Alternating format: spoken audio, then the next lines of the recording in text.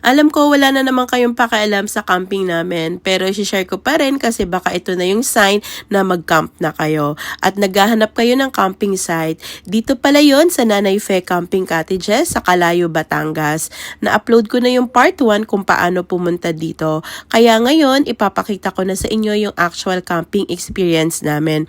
Pagdating nga namin dito, medyo maaga pa. Hindi pa kami naka-check-in kasi may ibang campers pa. Kaya temporary setup muna kami, pero okay lang kasi chill lang talaga ang vibe dito.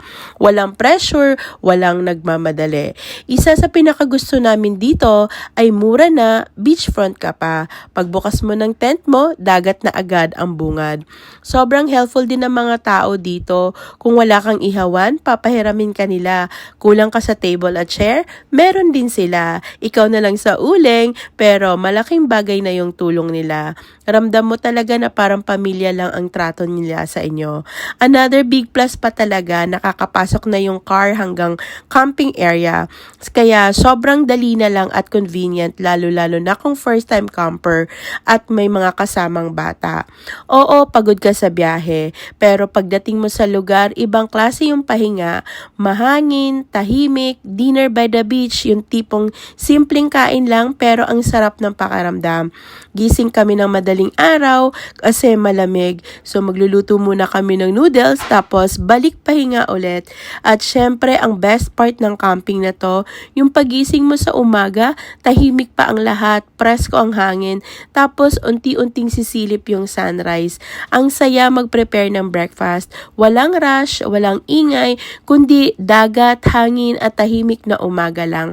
Pagod ang katawan pero pahinga ang isip at puso. Ganito yung camping na gusto ko. Ganito yung camping na gusto ng aming pamilya. So, ayun lang. Simple lang yung camping namin. Hindi bongga, hindi magarbo, pero sapat para makapagpahinga at mag-unwind.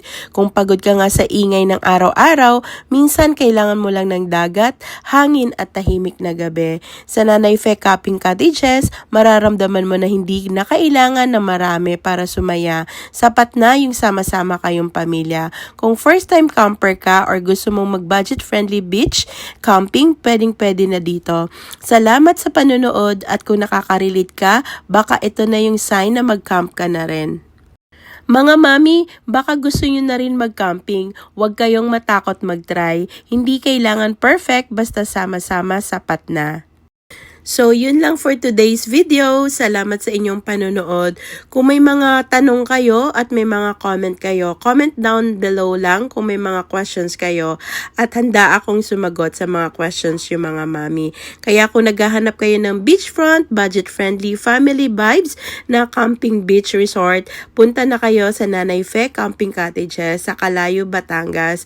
At this is car accessible and okay na okay for the first time campers like us.